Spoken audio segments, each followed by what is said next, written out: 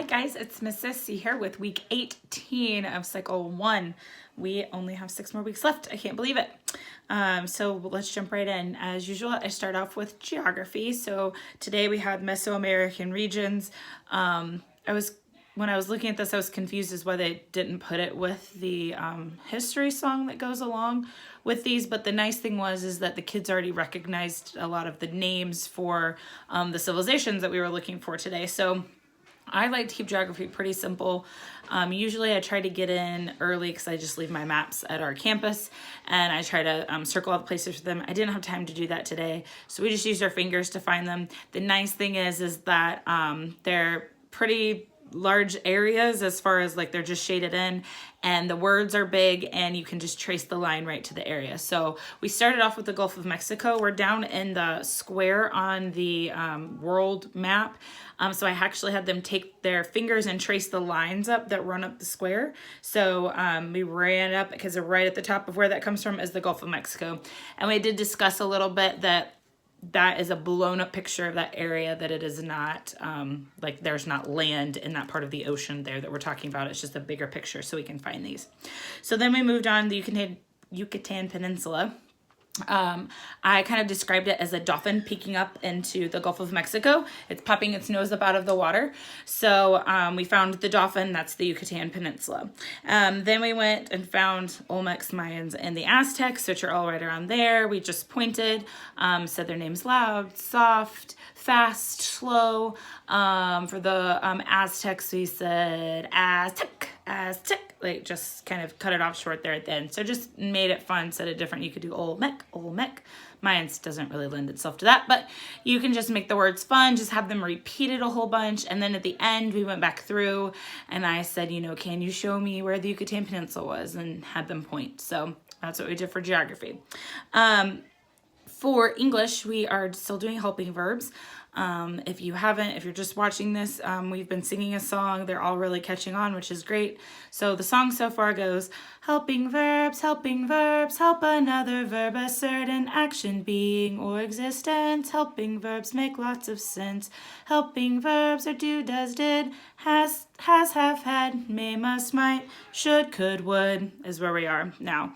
I think this is the last week of helping verb. Oh, no, we have shall, will, can. And then we go into what a linking verb is. So the original song that I saw used all the linking verbs in it as well, because I guess they used to be all one part of one big list, or in Essentials they're one big list. So I am going to come up with a different ending for the song, but I haven't done that yet, but we'll make it work. So again, we have helping verbs are do, or has, have, had. No. Helping verbs are do, does, did, has, have, had, may, must, might, should, could, would. There we go. So that's what we have this week. When I did it with them, so we sang it a couple times, and then just to get the should, could, would in 7 times, we patted our legs and went should, could, would, and then we said should, could, would, and then we stomped should, could, would, and then we kind of shook should, could, would.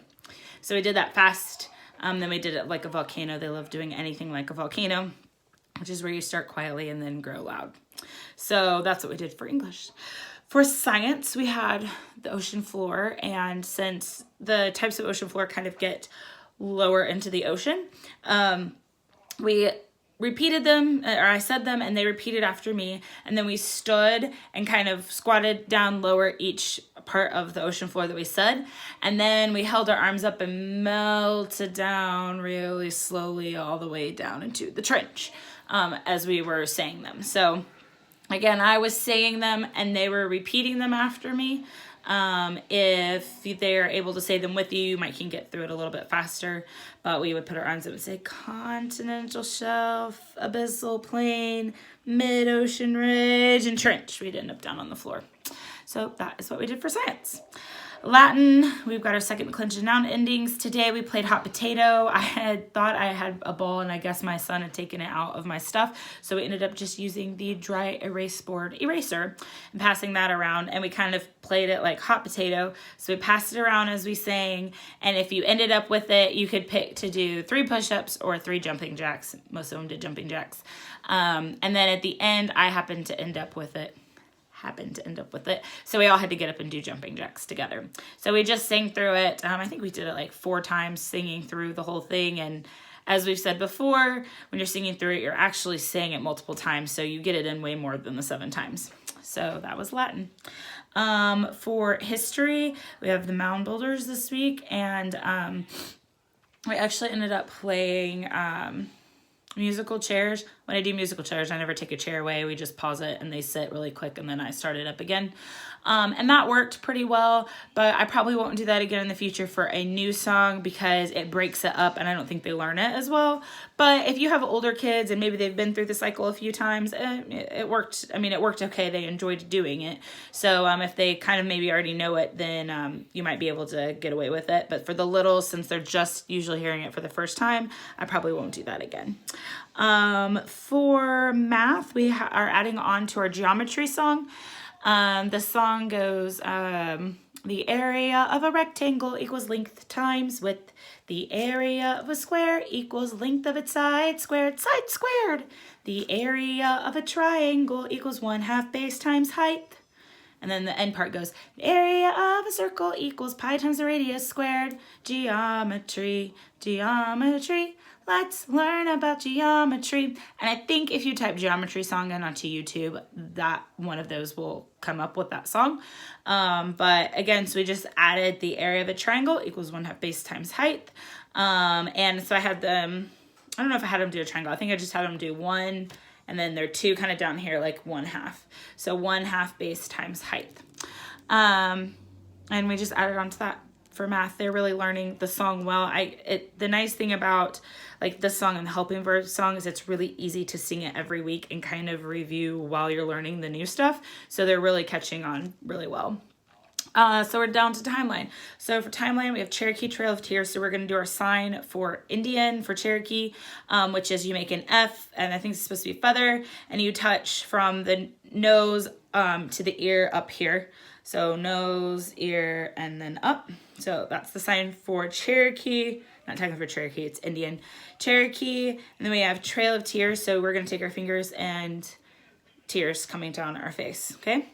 U.S. westward expansion happens so fast, we just make a W, and we're going to move it westward. So U.S. westward expansion. Then we have Marx publishes the Communist Manifesto. We're going to make an M, and M is 3 fingers tucked over your thumb. Since if you have littles, I tell them that it is okay if they can't do it perfect. Just try their best. And if they can't get their thumb where they want, just tuck their thumb underneath it. And as they get older, they'll be able to get their fingers to do what they want, but at least they'll remember to tuck their thumb under, okay? So we have Marx publishes the Communist Manifesto. So we're going to write, because it was a publication. So we're going to write very quickly, and then a sign that we're going to be doing more often as we get into more communist countries, they punch up in the air for communists. So Marx publishes the Communist Manifesto, okay? The Compromise of 1850 and the Dred Scott decision. So compromise, just like the Missouri Compromise, we're going to point to our head, that's like our thinking, and we're going to bring our finger down and line it up with our other finger. Our thinking is aligned. This is the sign for same or like together, not like we're together, boyfriend or girlfriend, but together we're the same on this, okay? So the Compromise of 1850 and the Dred Scott decision was about slavery and continued slavery, so we're going to keep our hands together and not break them free like we've done for some of the other ones. So the Dred Scott decision, arms crossed like this, okay? Then we have U.S. restores trade with Japan. As we did last week for Immigrants Flock to America, we're going to interlock our fingers and rotate around like this.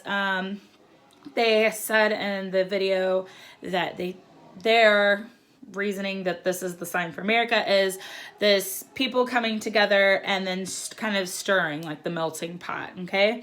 So U.S. restores trade, which is the fingers kind of going back and forth, just like Vikings raid and trade with Japan. So we kind of are making the crescent shape that the Japanese islands all go into, okay? British Queen Victoria's rule over India. So this is the sign for Britain/England that we will start doing a lot more now that we're getting into more current stuff. So You're going to put one hand flat, your left hand, right hand goes over and kind of grabs it, and then you shake it up and down. I have no idea why, because it doesn't seem like it's the proper handshake or something, but British Queen, and then we're gonna make a V for Victoria's. Rule over India. So for rule, you're going to make 2 hooks on your fingers and then turn them flat. And you're going to go back and forth with them. And this is to symbolize like taking hold of the reins on a horse and cart, and that you're kind of directing and ruling and controlling where that horse went. So this is kind of to do with rain, but we're using it for rule, but she was reigning too. So anyway, so rule over, and then as always for India, we point to the bindi dot in the middle, okay? So British Queen Victoria's rule over India, okay? And then Darwin publishes The Origin of Species. So we're gonna make a D for Darwin. A D is all of your fingers down and your pointer finger up, and a circle, it should kind of look like a lowercase d. Darwin publishes again. Publication, we're writing. The Origin of Species was kind of supposed to be like unlocking the secrets of where we all came from. So your left hand is going to be a door, your right hand is going to be the key, and you're going to put the key into the lock and turn as it is unlocking the secrets, okay? So again, Darwin publishes The Origin of Species, okay? And that's all we did for today. Yeah, I am finding that this second semester is a lot easier because the songs are a lot easier. So I hope you guys have had a good 3rd quarter and are excited for 4th quarter, and that February is almost over. We're almost to spring. So you guys have a great week, and I'll see you back next week. Bye.